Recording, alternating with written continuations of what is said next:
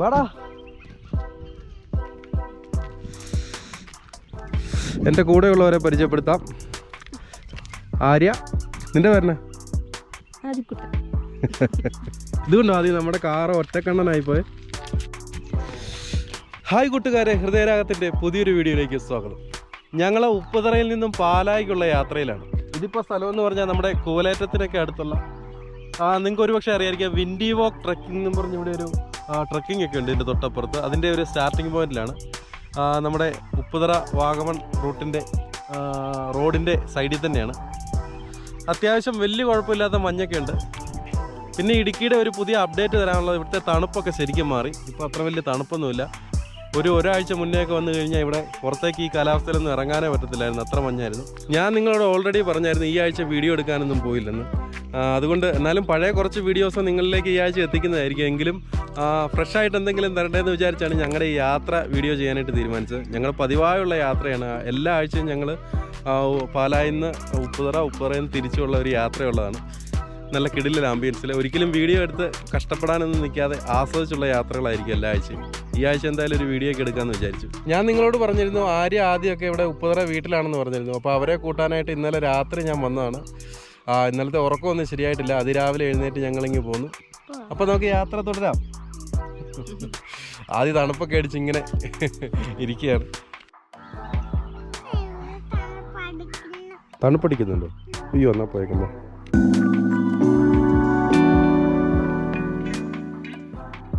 ആ ക്യാമറയിൽ നോക്കി ഒന്ന് ചിരിച്ചു കാണിച്ചടാ. ഓണാ. അയ്യോ, ഇപ്പം ഞങ്ങൾ കാണിച്ച സ്ഥലത്ത് ഒരു കാര്യം പറയാനുണ്ടായിരുന്നു. ഞാനും ആദ്യമത്ത് പണ്ടൊരു ട്രെക്കിംഗ് വീഡിയോ ചെയ്തിരുന്നു ഒരുപാട് കാലം മുന്നേ. ആ സ്ഥലമാണിത്. പിന്നെ ആദ്യമെ കൊണ്ട് ഒരുപാട് പണിയെടുപ്പിച്ച് വല്ല പ്രശ്നമായാലോന്ന് ഓർത്ത് ആദ്യമെ കൊണ്ട് അന്ന് ഈ മല മുഴുവൻ കെട്ടിച്ചിരുന്നു. അതുകൊണ്ട് ആ വീഡിയോ ഡിലീറ്റ് ചെയ്തൊരു വീഡിയോ ആണ്. ഇതിപ്പോൾ സ്ഥലം എന്ന് പറഞ്ഞു കഴിഞ്ഞാൽ പുളിങ്കട്ടയാണ്. നമ്മുടെ കൂലേറ്റമൊക്കെ കഴിഞ്ഞ് ഒരു 2-3 കിലോമീറ്റർ ഇല്ല പുളിങ്കട്ടയ്ക്ക്. ഈ പുളിങ്കട്ടയിൽ നിന്ന് താഴോട്ടുള്ള ഒരു പോക്കെന്ന് പറഞ്ഞാൽ വാഗമണ്ണിന് പോകുമ്പോൾ ഇത് താഴോട്ടൊരു ഇറക്കമാണ്. അത് നല്ല രസകരമായ ഒരു യാത്രയാണ്. താഴെ ഇങ്ങനെ AVTയുടെ പശുപ്പാറ ടീ ഫാക്ടറിയുടെ കാഴ്ചകളും തേയിലത്തോട്ടങ്ങളും ഫാക്ടറിയും നല്ല വ്യക്തമായിട്ട് കാണാം. ഞാനിവിടെ നിന്ന് പണ്ടൊരു വീഡിയോ ചെയ്തിട്ടുണ്ട്. നിങ്ങൾ ആരും അത് കണ്ടിട്ടുണ്ടാവാനൊന്നും വഴിയില്ല. AVT ടീ ഫാക്ടറിയും എന്നൊക്കെ പറഞ്ഞൊരു വീഡിയോ ഞാൻ ചെയ്തിട്ടുണ്ട്. അപ്പം അതിനെ താഴേക്ക് ഇങ്ങനെ ഒരു ഇറക്കം ഇങ്ങനെ വളഞ്ഞൊരു റോഡും ആ ടീ ഫാക്ടറിയുടെ കാഴ്ചകളും ഒക്കെ ആയിട്ട്. ഇപ്പോൾ എന്തായാലും മഞ്ഞാണ്, കാര്യമായിട്ടൊന്നും കാണാൻ പറ്റില്ലെങ്കിലും നല്ലൊരു ഡ്രൈവ് ചെയ്യുന്നവർക്ക് നല്ലൊരു എക്സ്പീരിയൻസ്. ഡ്രൈവ് ചെയ്ത് പോകുന്നവർക്ക് എന്താണ് സൂര്യോദയം. ആദിക്ക് നല്ലൊരു ഉദയം കാണാൻ സാധിച്ചിരിക്കുകയാണ്. ആദി എങ്ങനെയുണ്ട്? സൂര്യൻ എങ്ങനെയുണ്ട്? ആദിക്കും ക്യാമറ കണ്ടു കഴിഞ്ഞാൽ വലിയ മിണ്ടാട്ടമൊന്നും ഇല്ലെന്ന് തോന്നുന്നു. എന്തായാലും സൂര്യനെ ഇങ്ങനെ നേരിട്ട് നമ്മുടെ ബീച്ചിൽ കാണുന്ന കൂട്ട് സൂര്യനല്ല, ഇത് കുറച്ചുകൂടെ ബ്രൈറ്റ് ആയിട്ടുള്ള സൂര്യനാണ്. സൂര്യനെ നമുക്ക് നേരിട്ട് നോക്കി കാണാനൊരു അവസരം കിട്ടിയിരിക്കുകയാണ്. മഞ്ഞുള്ളത് കൊണ്ടാണ്.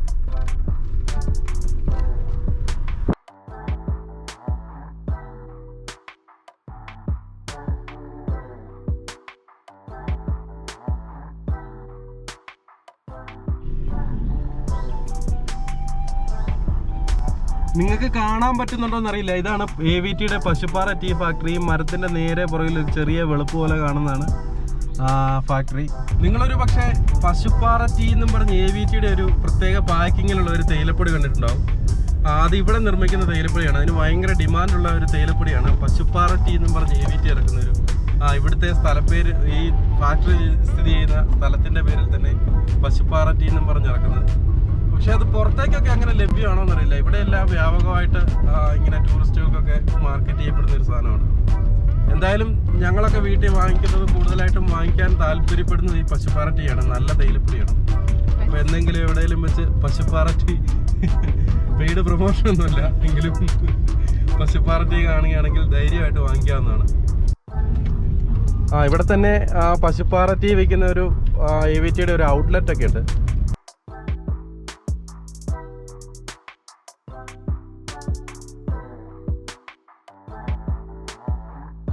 ഉപ്പുതറ, വാഗമൺ, ഈരാറ്റുപേട്ട, പാല, ആലപ്പുഴയ്ക്കുള്ള വണ്ടിയാണ് കേട്ടോ. ഉപ്പുതറയിൽ നിന്നും ആലപ്പുഴയ്ക്കുള്ള വണ്ടിയാണ്. അതിരാവിലെ ഇങ്ങനെ ട്രാൻസ്പോർട്ട് ബസ്സിൽ വാഗമണിലൂടെ ഒരു യാത്ര. അതിൽ പരം ഫീലുള്ള വേറെ കാര്യങ്ങളൊന്നുമില്ല. ശരിക്കും എൻജോയ് ചെയ്യാൻ പറ്റുന്നൊരു യാത്രയാണ്. ഞാൻ പണ്ട് അരുവിത്തുറ ഡിഗ്രിക്ക് പഠിക്കുന്ന കാലത്ത് പതിവായി ഇത്തരം യാത്രകൾ ചെയ്തിരുന്നതാണ്. അന്ന് പക്ഷേ ഈ റോഡ് ഉണ്ടായിരുന്നില്ല. അന്ന് ഏലപ്പാറ ചുറ്റി തേയിലത്തോട്ട കാഴ്ചകൾ നുകർന്നുള്ള ഒരു യാത്രയായിരുന്നു. 2013 മറ്റോ ആണെന്ന് തോന്നുന്നു ഈ റോഡ് പണി പൂർത്തിയായി വാഹനങ്ങളൊക്കെ ഇതിലെ ഓടാൻ തുടങ്ങിയത്. അതിനു മുന്നേ ഞങ്ങളൊക്കെ വാഗമണ്ണ് വന്നിരുന്നത് ഏലപ്പാറ ചുറ്റി തന്നെയായിരുന്നു. ഇപ്പോൾ ഇത് കൊച്ചി മധുര ദേശീയപാതയുടെ ഭാഗമാക്കിയുള്ള പണിയാണ് നടക്കുന്നതെന്നാണ് കേൾക്കുന്നത്. കുറേ നാളായി പണിയൊക്കെ തുടങ്ങിയിട്ട്. വലിയ പണിയാണ്, വലിയ വീതിയൊക്കെ കൂട്ടി. അപ്പോൾ ഈ റോഡ് വരുന്നത് കൊച്ചിയിൽ നിന്ന് തൊടുപുഴയിൽ നിന്ന് കാഞ്ഞാറ് വഴി വാഗമണ്ണിനാണെന്നാണ് കേൾക്കുന്നത്. ശരിയാണെന്നറിയത്തില്ല. അതിനുശേഷം വാഗമണ്ണിൽ നിന്ന് ഉപ്പുതറയിൽ നിന്ന് ആനവിലാസം വഴി കുമളിയിൽ നിന്ന് പിന്നെ തമിഴ്നാട് കൂടി മധുര. അങ്ങനെയാണ് ഈ വഴിയുടെ പോക്കെന്നാണ് കേൾക്കുന്നത്. ശരിയാണോ എന്നറിയില്ല. അങ്ങനെ ഞങ്ങളുടെ യാത്ര വാഗമണ്ണിനടുത്തുള്ള പുതുലയം എന്ന തോട്ടം തൊഴിലാളികളൊക്കെ താമസിക്കുന്ന പുതുലയം എന്ന സ്ഥലത്തേക്ക് എത്തിച്ചേരുകയാണ്. ഒരു കല്ലിൽ ഒരു ഗ്രാമം എന്ന പേരിൽ ഞാൻ നേരത്തെ ഈ പുതുലയത്തെക്കുറിച്ച് ഒരു വീഡിയോ ചെയ്തിരുന്നു. ഇങ്ങനെ കുറേ വീടുകളൊക്കെ പാറപ്പുറത്തിരിക്കുന്ന കുറച്ച് വീടുകളൊക്കെ കാണിച്ചുകൊണ്ട് അവിടുത്തെ ജനങ്ങളുടെ ദുരവസ്ഥയൊക്കെ നിങ്ങളിലേക്ക് എത്തിച്ചുകൊണ്ട്, നിങ്ങളിൽ അധികം പേരൊന്നും അത് കണ്ടിട്ടുണ്ടാകാൻ സാധ്യതയില്ല. എങ്കിലും ഇതും പിന്നെ അതിനുശേഷം ഞാനിവിടെ താമസിക്കുന്ന ഗണേശൻ എന്ന് പറയുന്നൊരു ചേട്ടനോടൊപ്പം ഇവിടെ തവളപ്പാറയുടെ മുകളിൽ കയറിയിരുന്നു. അങ്ങനെ ആ 2 വീഡിയോ, അത് രണ്ടും കണ്ടിട്ടില്ലാത്തവർ ദയവായി കാണുക. കുറേ തൊഴിലാളികൾ പണിക്ക് പോകുന്നതിൻ്റെ ഭാഗമായിട്ടാണെന്ന് തോന്നുന്നു കുറച്ച് പേര് ഇവിടുന്ന് വാഹനത്തിൽ കയറുന്നുണ്ട്. അപ്പോൾ നമ്മുടെ പുതുലയത്തിൻ്റെ പിറകിൽ കാണുന്ന ഈ ഗംഭീര മലയാണ് നമ്മുടെ തവളപ്പാറ. ഞാൻ ഈ തവളപ്പാറയിൽ കയറുന്ന ഒരു വീഡിയോയുടെ ലിങ്ക് ഞാൻ ഡിസ്ക്രിപ്ഷൻ ബോക്സിൽ ഇടാം, നിങ്ങൾ എന്തായാലും കാണണം.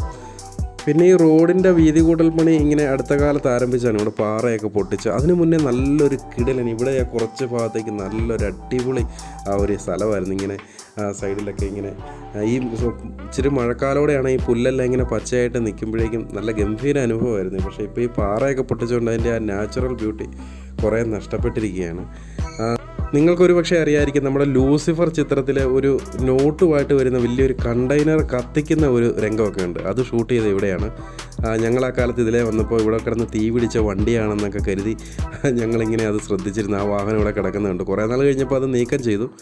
അപ്പോൾ അന്ന് ഞാനെടുത്ത 1-2 ഫോട്ടോസൊക്കെ ഉണ്ട്. ശരിക്കും അത് ഞാനിപ്പോൾ ഇവിടെ കാണിക്കുന്നില്ല. ഞാൻ ഈ ഭാഗത്തെക്കുറിച്ചൊരു വീഡിയോ പിന്നീട് ചെയ്യാനായിട്ട് കുറേ നാളായിട്ട് പ്ലാൻ ചെയ്യുന്നതാണ്.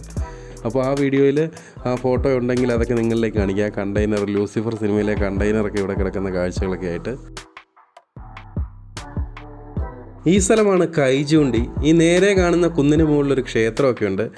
വസിഷ്ഠാശ്രമത്തിൻ്റെ ഭാഗമായിട്ടുള്ള കൈചൂണ്ടിയിലെ വസിഷ്ഠാശ്രമം എന്നൊക്കെ പറഞ്ഞ് ഞാനൊരു കാലത്ത് ഒരു വീഡിയോ, പണ്ട് ഹൃദയരാഗത്തിൻ്റെ ആദ്യകാലത്തൊരു വീഡിയോ ചെയ്തതാണ്. ഞങ്ങൾ ഇടുക്കിക്കാരുടെ സൂര്യോദയങ്ങൾക്ക് സ്വല്പം നിറം കുറവാണെങ്കിലും ഭംഗിക്ക് യാതൊരു കുറവുമില്ല.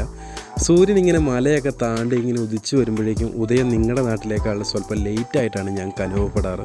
അപ്പോഴേക്കും സൂര്യൻ്റെ ആ ചുവന്ന നിറമൊക്കെ നഷ്ടപ്പെട്ടു പോയിട്ടുണ്ടാവും. നിങ്ങളുടെയൊക്കെ സൂര്യോദയ സങ്കല്പം എന്ന് പറഞ്ഞാൽ ചിലപ്പോൾ കടലിൽ നിന്നും സൂര്യൻ ഇങ്ങനെ ഉദിച്ചു വരുന്നതായിട്ടായിരിക്കും. പക്ഷേ ഞങ്ങൾ ഹൈ റേഞ്ചുകാർക്കൊക്കെ ഞങ്ങളുടെയൊക്കെ സൂര്യൻ ഉദിച്ചു വരുന്നത് 2 മലകൾക്കിടയിലൂടെയൊക്കെയാണ് ഞങ്ങളുടെയൊക്കെ സൂര്യൻ ഇങ്ങനെ ഉദിച്ചുയർന്നു വരുന്നത്. തേയിലച്ചെടികൾക്ക് കീടനാശിനി തളിക്കാൻ തയ്യാറായി പോകുന്ന തൊഴിലാളികളാണെന്ന് തോന്നുന്നു.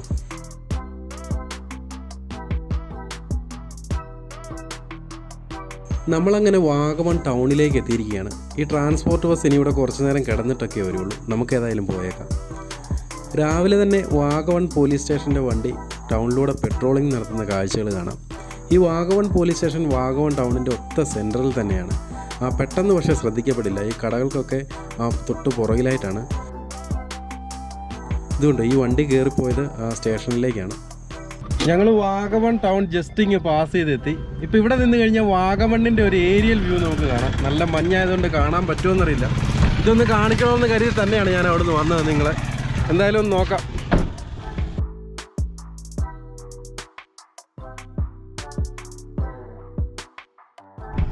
അപ്പോൾ വാഗമൺ ടൗണൊക്കെ വരുന്ന ഭാഗം അതാണ്. നന്നായിട്ട് മഞ്ഞ് മൂടി കിടക്കുകയാണ്, ഒന്നും കാണത്തില്ല. പിന്നെ വാഗമണ്ണിൻ്റെ ഒരു ലേക്കൊക്കെ, നല്ല അടിപൊളി ഒരു ലേക്കും വാഗമൺ ടൗണിൻ്റെ മുഴുവൻ രൂപങ്ങളുമൊക്കെ ഇവിടെ നിന്നാൽ കാണാമായിരുന്നു. അപ്പോൾ ഒരു രക്ഷയില്ല. പിന്നെ ഇവിടെ നിന്നാൽ ഇങ്ങനെ ഉദിച്ചു വരുന്ന സൂര്യൻ്റെ കിരണങ്ങളടിച്ച് തേയിലച്ചെടികളുടെ ഇല ഇങ്ങനെ സ്വർണം പോലെ തിളങ്ങുന്ന കാഴ്ച ഗംഭീരം.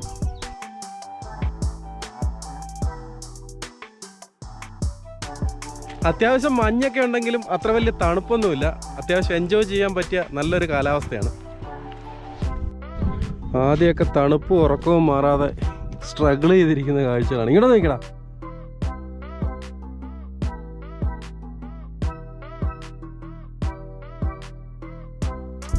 അപ്പോൾ വാഗമണ്ണിൽ നിന്നും പേട്ട റൂട്ടിലേക്ക് തിരിഞ്ഞപ്പോൾ ഭയങ്കരമായ മഞ്ഞ് അനുഭവപ്പെടുകയാണ്. ഇവിടെ ഭയങ്കര മഞ്ഞാണ്.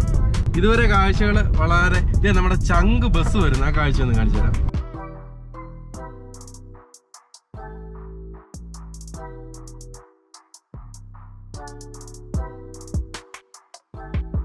ഈ ചങ്ക് ബസ്സിനെ കുറിച്ച് നിങ്ങളൊക്കെ കേട്ടിട്ടുണ്ടാവും. നമ്മുടെ ഈരാറ്റുപേട്ട ഡിപ്പോയിലെ ഒരു ബസ്സാണ് ചങ്ക്. അപ്പോൾ ഒരിക്കലും ഈരാറ്റുപേട്ടയ്ക്ക് ചുറ്റുവട്ടത്തുള്ള ഏതോ ഒരു ഉൾപ്രദേശത്തേക്കുള്ള സർവീസ് നടത്തിയിരുന്ന ഈ ബസ് ഒരിക്കൽ നിർത്തലാക്കിയത് മൂലം അവിടുന്ന് ഒരു യുവതി KSRTC MD അന്ന് ഋഷിരാജ് സിംഗിന് അയച്ച കത്താണ് വലിയ വാർത്തയായത്.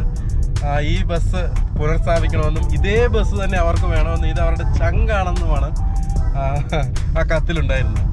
അപ്പോൾ അത് വലിയൊരു വാർത്തയാകുകയും അതിൽ പിന്നെ അതിൻ്റെ കണ്ടക്ടർ തന്നെ ആ കാര്യം ചങ്ക എന്ന പേര് ബസ്സിൽ എഴുതുകയായിരുന്നു. ആ ബസ്സിനങ്ങനെ പേരിട്ട ചുരുക്കം ചില KSRTC ബസ്സുകളിൽ ഒന്നായി മാറി ഈ ബസ്. വർഷങ്ങൾ ഇത്ര കഴിഞ്ഞിട്ട് ഏതാണ്ട് ഒരുപാട് വർഷമായി തോന്നുന്നു, ഒരു 3-4 വർഷമായി തോന്നുന്നു. ഇപ്പോഴും ചങ്ക എന്ന പേരിൽ തന്നെ ആ ബസ് അറിയപ്പെടുന്നു. ഇപ്പോഴും ആ ബസ് പുതുക്കിയൊക്കെ പണിതിട്ടും ചങ്കെന്ന് എഴുതി തന്നെയാണ് ഇപ്പോഴും സർവീസ് നടത്തുന്നത്. അങ്ങനെ നമ്മൾ വാഗമണ്ണിൻ്റെ പ്രവേശന കവാടമായ കാര്യാട് ടോപ്പിലേക്ക് എത്തിയിരിക്കുകയാണ്.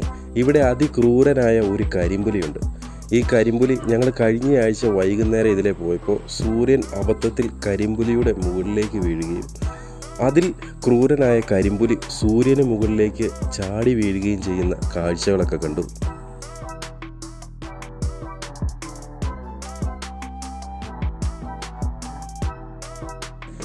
ഈ കാര്യാട് ടോപ്പിന് വാഗമണ്ണിൻ്റെ ഐസ്ക്രീം പാർലർ എന്നൊരു വിളിപ്പേര് കൂടിയുണ്ട്. കാരണം എപ്പോൾ വന്നാലും നിരനിരയായി ഐസ്ക്രീം വണ്ടികൾ ഇങ്ങനെ കിടക്കുന്ന കാഴ്ചകൾ ഇവിടെ പതിവാണ്. ആദിയുടെ സ്ഥിരം ഐസ്ക്രീം കേന്ദ്രമായിരുന്നു.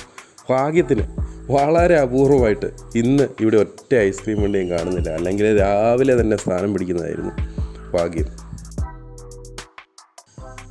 ഈ നിൽക്കുന്ന ലോട്ടറി വിൽപ്പനക്കാരനോട് ഒരു ലോട്ടറി ഒക്കെ വാങ്ങി ഭാഗ്യമൊന്ന് പരീക്ഷിച്ചേക്കാമെന്ന് കരുതി. ശരിയല്ലേ പോക്കട്ടെ.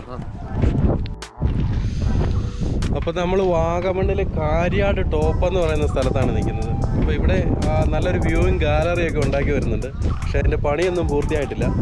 അങ്ങോട്ടുള്ള പ്രവേശനമൊക്കെ തടഞ്ഞു വെച്ചിരിക്കുകയാണ്. നല്ല കാറ്റ് വരുമ്പോൾ അവിടുന്ന് വലിയ കൊക്കയിലേക്ക് ആളുകൾ പോകാനുള്ള സാധ്യത ഉണ്ടെന്നൊക്കെയാണ് ഇവിടെ നിൽക്കുന്ന ഈ ലോട്ടറി വയ്ക്കുന്ന ഈ ചേട്ടൻ പറഞ്ഞത്. ശബരി ദ ട്രാവലർ നിങ്ങൾക്കെല്ലാം പരിചയമുള്ള ഒരു യൂട്യൂബ് ചാനലായിരിക്കും. അദ്ദേഹത്തിൻ്റെ ചാനലിൽ 1 ലക്ഷം സബ്സ്ക്രൈബർ പൂർത്തിയായ അവസരത്തിൽ അദ്ദേഹം വാഗമണ്ണിൽ വന്ന് ഒരു സ്പെഷ്യൽ വീഡിയോ ഒക്കെ ചെയ്തിരുന്നു. അപ്പോൾ ആ വീഡിയോയിൽ നിങ്ങൾ കണ്ട റിസോർട്ടാണിത്. ആ റിസോർട്ടും അതിനോടനുബന്ധിച്ച് മല വെട്ടിപ്പിടിച്ച അച്ചായൻ്റെ കഥയൊക്കെ അദ്ദേഹം വലിയ സംഭവമാക്കി അവതരിപ്പിച്ചിരുന്നു. അദ്ദേഹം മല വെട്ടിപ്പിടിച്ചതിൻ്റെ ഓർമ്മയ്ക്കായിട്ട് അന്നു മുതൽ ഈ ഹിറ്റാച്ചി ഇവിടെ ഒരു സ്മാരകമെന്ന പോലെ സംരക്ഷിച്ചു വരികയാണ്. എന്തായാലും ശബരിയുടെ ഹീറോ നമുക്ക് കയ്യേറ്റക്കാരനാണ്. അങ്ങ് ദൂരെ ഒരു വീട് ഒറ്റയ്ക്ക് ഇരിക്കുന്ന കാണാം. ശരിക്കും ഇവിടെ നിന്ന് നോക്കുമ്പോൾ അതൊരു വലിയ അത്ഭുതമായി കണക്കാക്കാനാവും.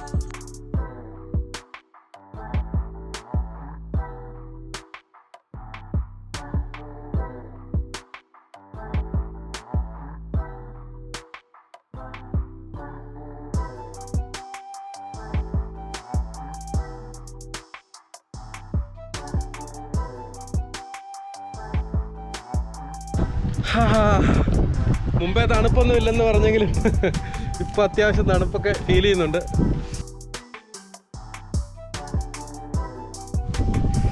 ഇതെന്ന് പറഞ്ഞാൽ വാഗമണ്ണിലേക്ക് കയറി പോകുന്ന വഴിക്കുള്ള ഒരു കൊച്ചു വ്യൂ പോയിൻ്റാണ്. ശരിക്കും ഫ്രീക്കന്മാരുടെ വ്യൂ പോയിൻ്റാണ്.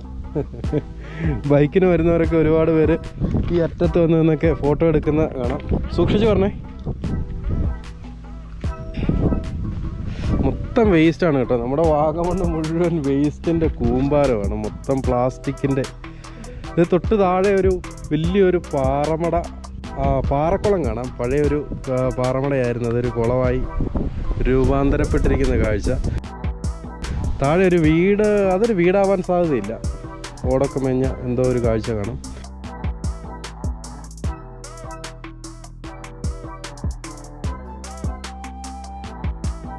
പിന്നെ നമ്മുടെ ശബരീധർ ട്രാവലർ കാണിച്ച മല വെട്ടിപ്പിടിച്ച അച്ചായൻ്റെ കഥയിലെ റിസോർട്ട്, അദ്ദേഹം അതിൻ്റെ ഓർമ്മയ്ക്കായിട്ട് സൂക്ഷിച്ചിരിക്കുന്ന ഹിറ്റാച്ചി, അത് ഞാൻ മേളിൽ നിങ്ങളെ കാണിച്ചതാണ്. പിന്നെ അതിൻ്റെ താഴെയായിട്ട് സ്ഥിരമായിട്ട് അവർ പോകുന്ന അതിനകത്ത് ശബരീധർ ട്രാവലർ അച്ചായൻ്റെ മോളും ഒക്കെ ആയിട്ട് ഒരു ജീപ്പ് ഓടിച്ച് പോകുന്ന ഒരു തംബ്നെയിലൊക്കെ നമുക്കിപ്പോഴും ഓർമ്മ കാണും. ആ ജീപ്പാണെന്ന് തോന്നുന്നു അവിടെ കിടക്കുന്നത്.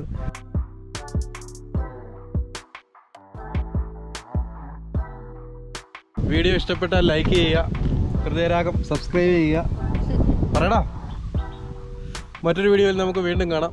ആദ്യം രാവിലെ ഉറക്കത്തിൽ നിന്ന് ഇതുവരെ എണീറ്റില്ല, കണ്ണ് തുറന്ന് ഇരിപ്പുണ്ടെന്നേ ഉള്ളൂ. അപ്പോൾ ടാറ്റ.